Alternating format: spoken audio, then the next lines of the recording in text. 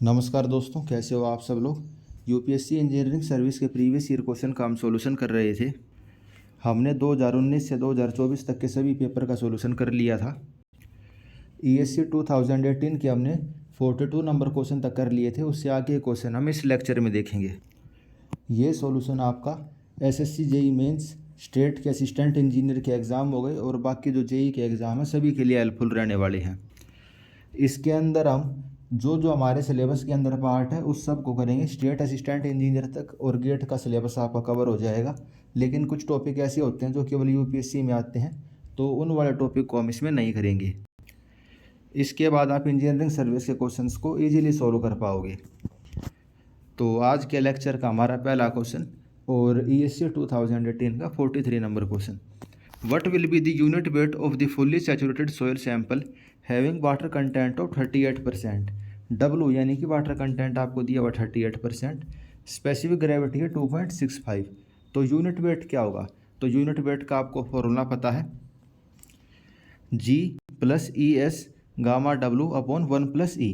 Unit weight का यही formula होता है, G plus E S gamma W upon 1+E। अब सैचुरेटेड सोयल सैंपल है तो S की वैल्यू क्या होगी? S यानी कि डिग्री ऑफ सैचुरेशन 1 हो जाएगा। G की वैल्यू 2.65, गामा डब्लू यानी कि water unit weight of water.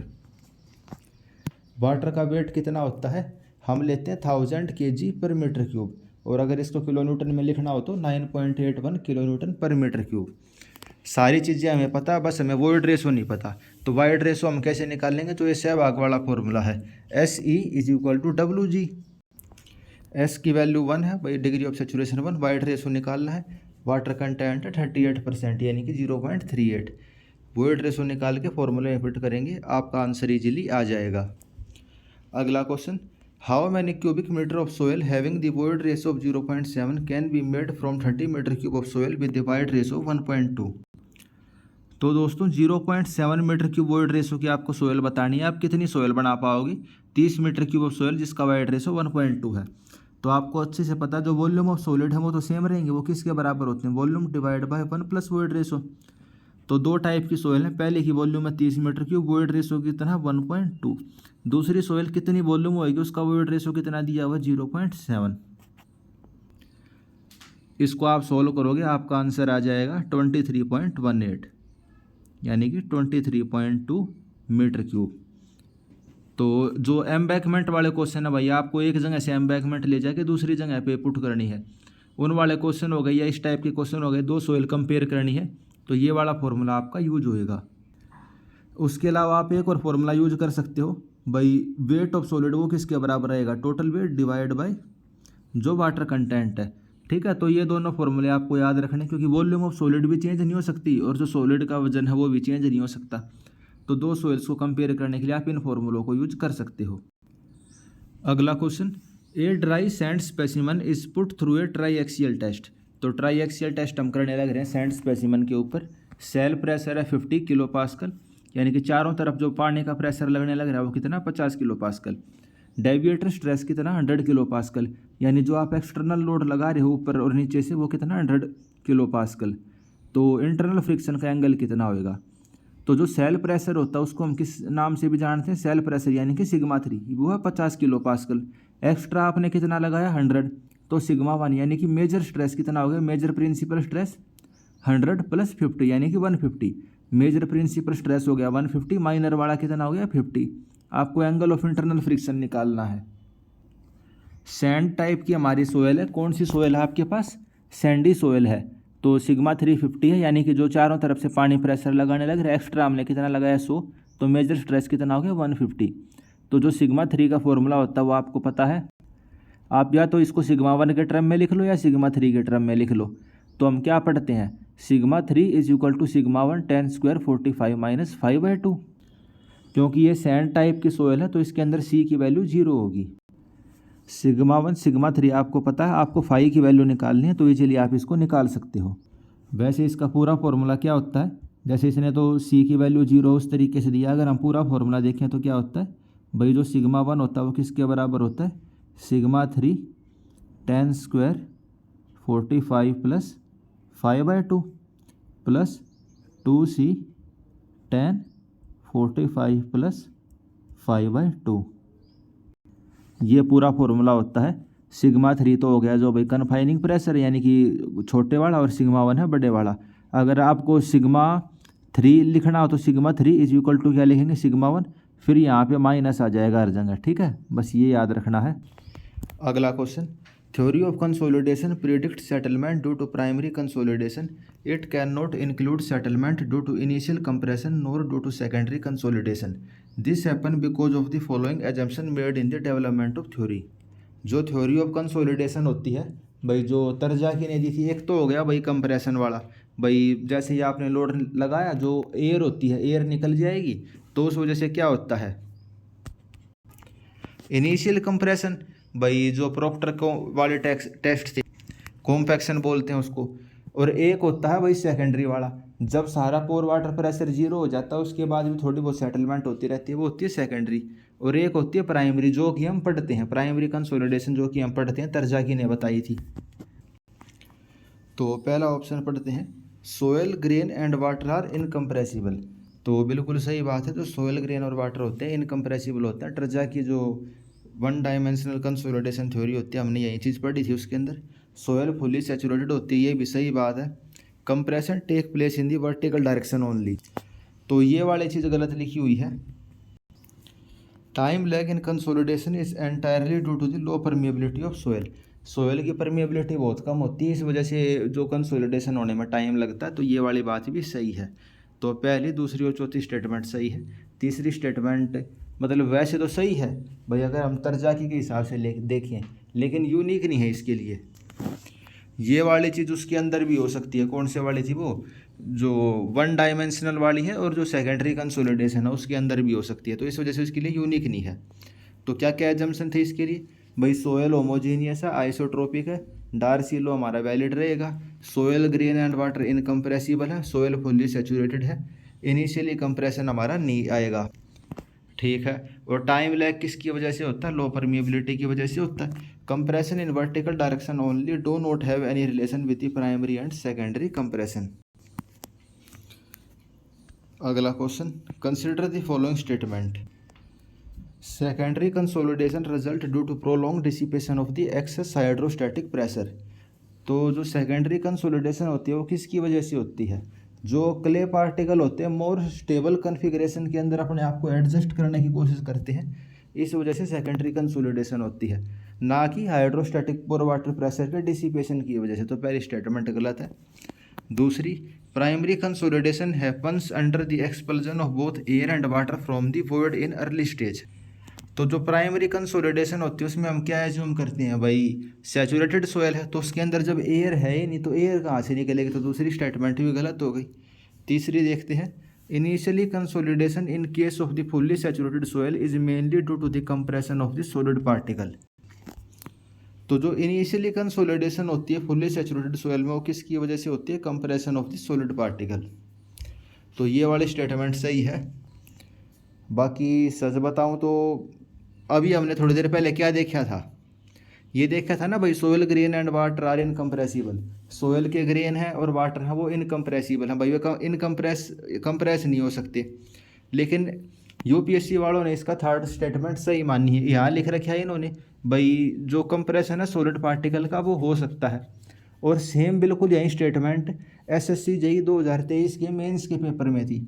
SSC JE mains 2023 के पेपर में क्या स्टेटमेंट थी, इनिशियली कंसोलिडेशन किसकी वजह से होती है, कंप्रेशन ऑफ सॉलिड पार्टिकल की वजह से। और वहाँ भी इन्होंने इस चीज़ को सही माना हुआ है, तो आपको ये याद रख लेना है, इनिशियली कंसोलिडेशन किसकी वजह से होती है, कंप्रेशन ऑफ सॉलिड पार्टिकल। और एक तो है इनिशियली कंसोलिडेशन और एक है प्राइमरी, दोनों में अंतर है,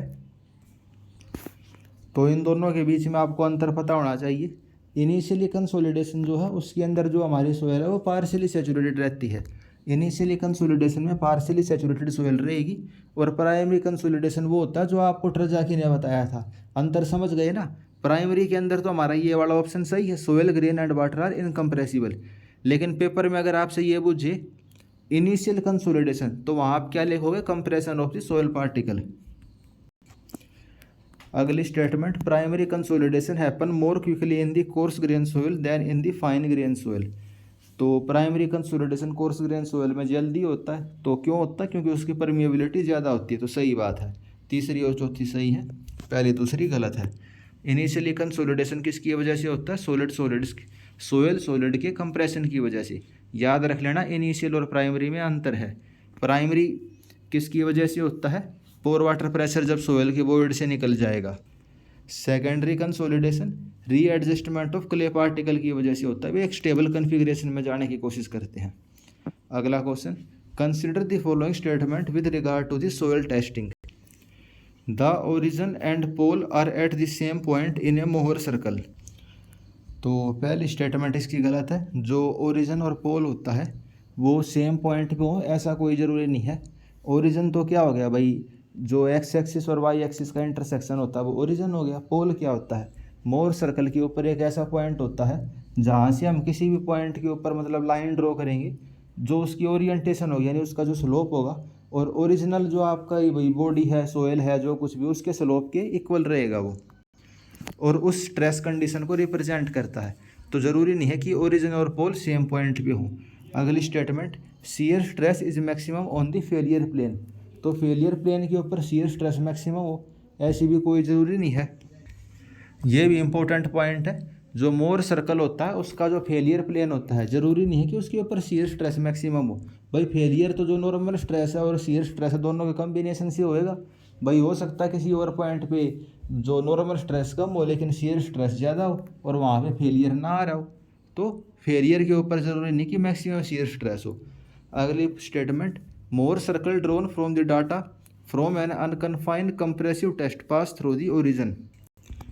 अनकन्फाइंड कंप्रेसिव टेस्ट कर रहे हैं तो जो मोर सर्कल है वो ओरिजिन से पास करेगा। तो बिल्कुल सही बात है। जैसे इस डायग्राम के अंदर देखिए, अनकन्फाइंड का क्या मतलब है? भाई जो चारों तरफ से उसके ऊपर स्ट्रेस लगने लग रहा है वो जीरो है। अनकन्फाइंड यानी कोई भी हमने उसको कन्फाइनिंग प्रेशर नहीं लगा रखा, ठीक है। तो सिग्मा 3 कितना हो जाएगा? जीरो। सिग्मा 3 जीरो का क्या मतलब है? जो ओरिजिन से पास होएगा। जैसे इस डायग्राम में आपको दिख रहा है सिग्मा 3 जीरो है इसके अंदर। तो थर्ड स्टेटमेंट सही है, भाई ओरिजिन से पास करेगा। अगली statement, maximum shear stress occur on a plane 45 to the principal plane. Maximum shear stress कहाँ पे होता है? प्रिंसिपल प्लेन से 45 डिग्री के एंगल पे। ये भी बिल्कुल सही बात है। और जो इसकी सेकंड स्टेटमेंट थी उसका भी आप डायग्राम देख लो। जैसे ये फेलियर प्लेन का डायग्राम दिखा रखे आपको, जो शियर स्ट्रेस है फेलियर के ऊपर वो टाउ मैक्सिमम से कम है, ठीक है। Tau at failure is less than tau maximum. जब फेल होने लग रहा है तो ज़रूरी नहीं है उसके ऊपर मैक्सिमम शियर स्ट्रेस लग रहा हो। तो तीसरी और चौथी सही है, पहली दूसरी गलत है। तो एसएससी जेईई मेंस में और स्टेट के असिस्टेंट इंजीनियर एग्जाम में इसी टाइप के क्वेश्चन आएंगे। इन स्टेटमेंट से घुमा के पूछेगा आपसे। अगला question, a soil yield a maximum dry density of 18 kilonewton per metre cube at a moisture content of 16% during a standard Proctor test. भाई maximum dry density 18 kilonewton per metre cube की, moisture content है 16%, यानी कि water content हो गया 16%। तो degree of saturation क्या है? अगर स्पेसिफिक ग्रेविटी 2.65 है तो जो मैक्सिमम ड्राई डेंसिटी है उसका फॉर्मूला आपको पता ही है, G gamma W upon 1+E। यही होता है ना। बल्क यूनिट वेट का क्या फॉर्मूला होता है? G+ES gamma W upon 1+E। Dry unit weight निकालने लग रहे हैं तो फिर ये क्या होगा? एस की वैल्यू 0 हो जाती है। तो क्या बचता हमारे पास? G gamma W upon 1+E। Gamma dry दे रखा है, जी दे रखा है, गामा डब्ल्यू भाई यूनिट वेट ऑफ वाटर आपको पता है 9.81। वाइड रेशो हम निकाल लेंगे, वॉइड रेशो हमारा है 0.444। अब इसके बाद ये तो हमने निकाल लिया मैक्सिमम ड्राई डेंसिटी के हिसाब से। अब भाई एक्चुअल में कितनी डिग्री ऑफ सेचुरेशन है वो निकाल लेंगे, वो सहवाग वाला फॉर्मूला SE = WG लगा के। तो सोयल में तो यही है भाई, फॉर्मूले पता होने चाहिए और जो कंसेप्ट वगैरह आपके क्लियर होने चाहिए। तो काफ़ी इंपॉर्टेंट फॉर्मूला, गामा ड्राई किसके बराबर होता है? G gamma W upon 1+E। अगला question, consider the following assumption regarding the Coulomb wedge theory. अच्छा, एक चीज़ और, जो इसकी PDF आपको टेलीग्राम चैनल के ऊपर मिल जाएगी सिविल इंजीनियर्स डिस्कशन वाले पे। पहली statement, there is equilibrium of every element within the soil mass of the material. तो क्या हर सोयल पार्टिकल का इक्विलिब्रियम हम कंसिडर करते हैं? जी नहीं। जैसे कि नाम से ही पता चल रहा है कूलॉम वेज थ्योरी, यानी कि जो सोयल पार्टिकल का पूरा वेज है यानी कि ढेर सारा, यानी कि सोयल का एक टुकड़ा कह लो आप एक टाइप से, ठीक है। तो उस पूरे का हम इक्विलिब्रियम कंसिडर करते हैं, एक सिंगल पार्टिकल का कंसिडर नहीं करते, पूरे के पूरे वेज का कंसिडर करेंगे। Second statement, there is equilibrium of whole of the material. तो भाई पूरे मटेरियल का हम इक्विलिब्रियम कंसिडर करते हैं, तो सही बात है, हम पूरे मटेरियल का इक्विलिब्रियम कंसिडर करते हैं। अगली स्टेटमेंट, बैकफिल इज वेट। तो ये भी गलत हो गई भाई, सोयल हम क्या लेते हैं, ड्राई कोहेजनलेस, ऐसी सोयल लेते हैं ना हम। Fourth statement, wall surface is rough. जो कुलाम वाली थ्योरी है उसके अंदर हमने क्या एज्यूम करा था, वॉल का सरफेस रफ हो सकता है और जो वॉल है वो हमारी इनक्लाइन भी हो सकती है, तो दूसरी और चौथी सही है। तो फ्रिक्शन एज्यूम करा था हमने, ड्राई कोहेजनलेस आइसोट्रोपिक सोयल थी, equilibrium of soil wedge is consider, यानी पूरे पूरे सोयल के वेज का इक्विलिब्रियम कंसिडर करा था, ना कि केवल एक सिंगल सोयल पार्टिकल का। अगला question, in a clayey soil having 50 kilonewton per metre square as unit cohesion and 18 kilonewton per metre cube as unit weight. C की वैल्यू दे रखी है 50 किलोन्यूटन और यूनिट वेट है 18 kilonewton per metre cube. Taking the Taylor stability number, तो इस वाले को रहने दो, ये टेलर वाले क्वेश्चन हमारे सिलेबस में नहीं है। बाकी अगर याद करना चाहो तो ये वाला फॉर्मूला याद रख लेना भाई, जो टेलर का स्टेबिलिटी नंबर है वो किसके बराबर होता है, C/Γ/H divide by factor of safety, ठीक है। ये टेलर स्टेबिलिटी नंबर होता है, C इसके अंदर कोहेजन होता है, gamma unit weight of soil हो गया, H हमारी हाइट हो गई।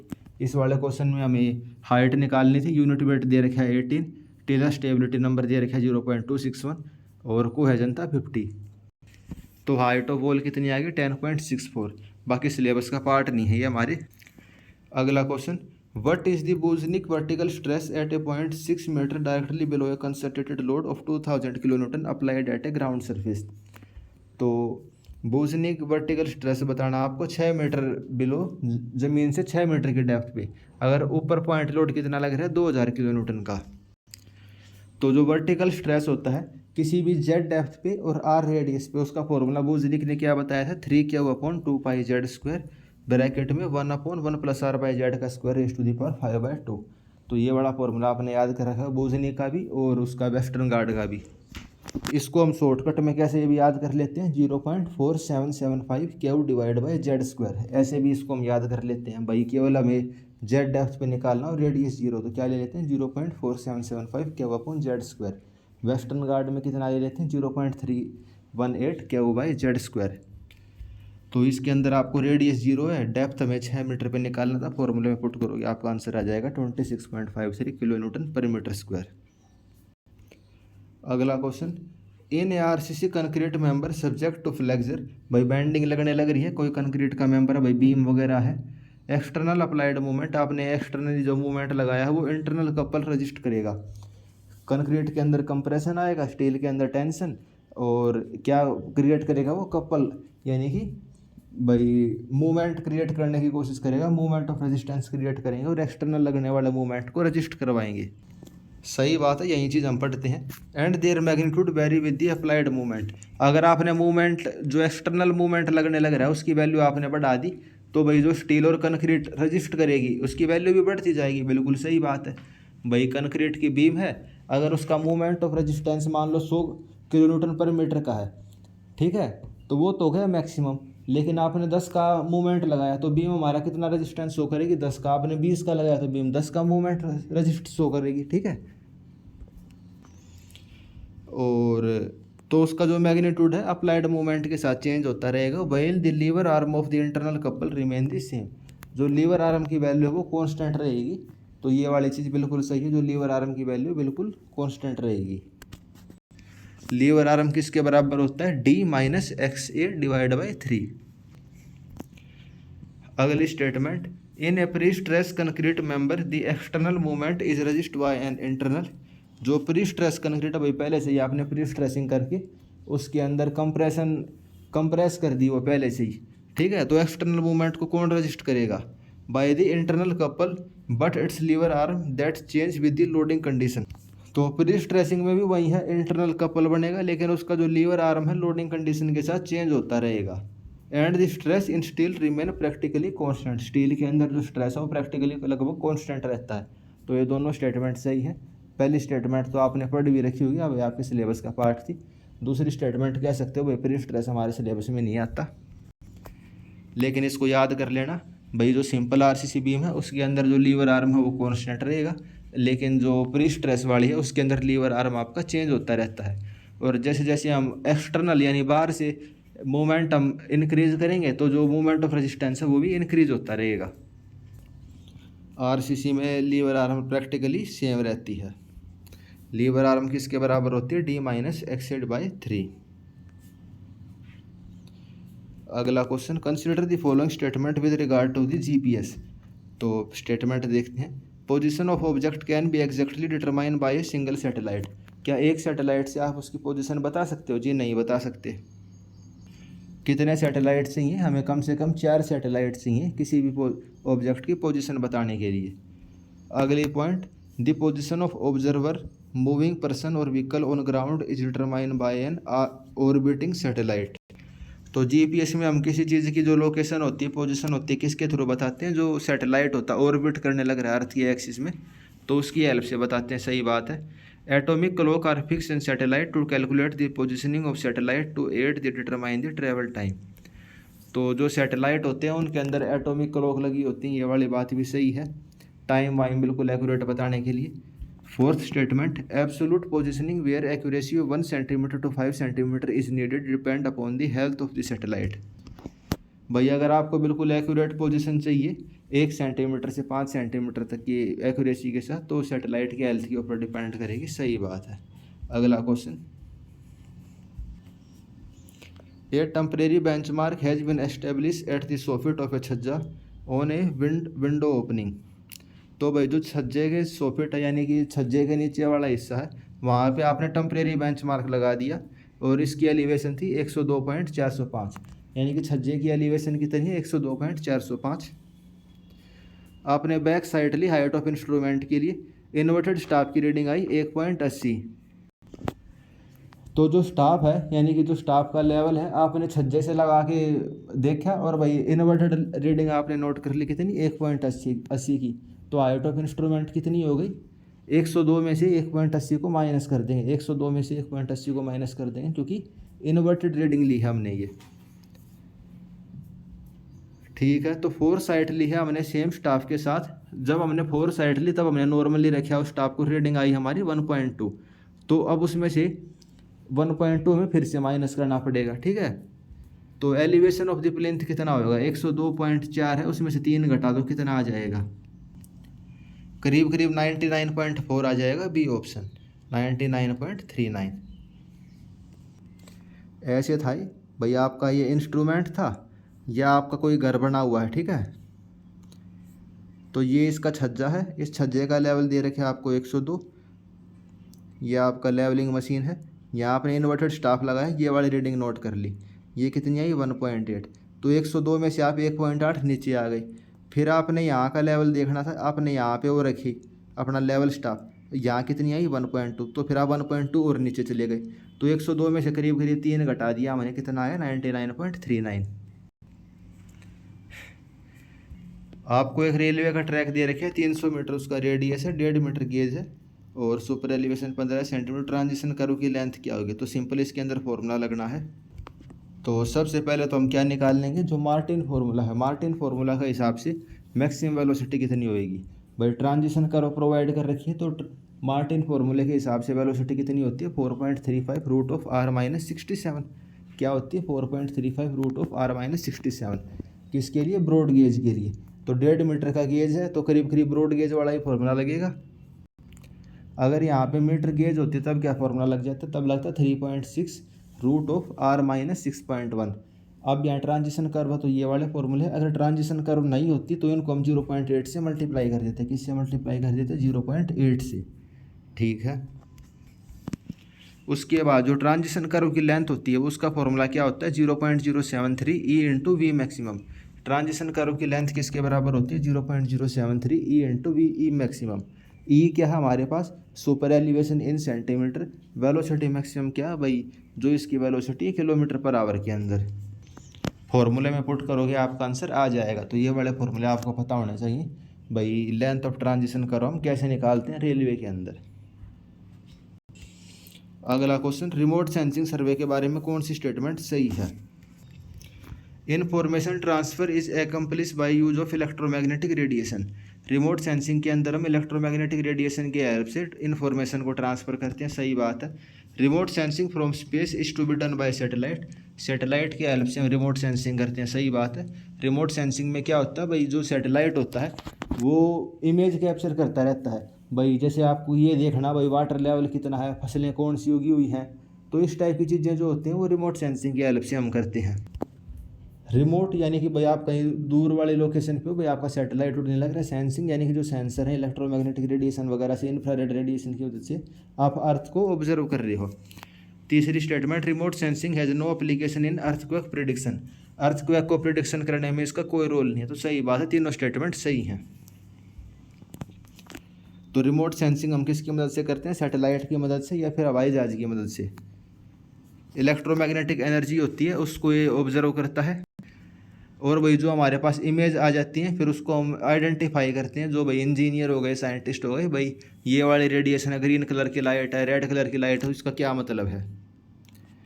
डिजास्टर मैनेजमेंट में, फ्लड वगैरह में इसको यूज कर सकते हैं, लेकिन अर्थक्वेक में इसको हम यूज नहीं कर सकते।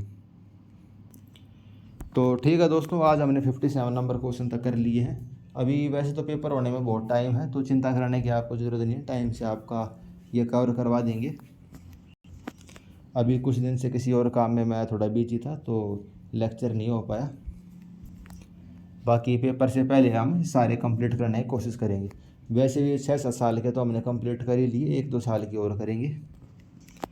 तो इस वीडियो में इतना ही था। आपके एग्ज़ाम के लिए बेस्ट ऑफ लक, और भाई वीडियो को आप शेयर कर दो, चैनल को सब्सक्राइब कर दो। Thank you.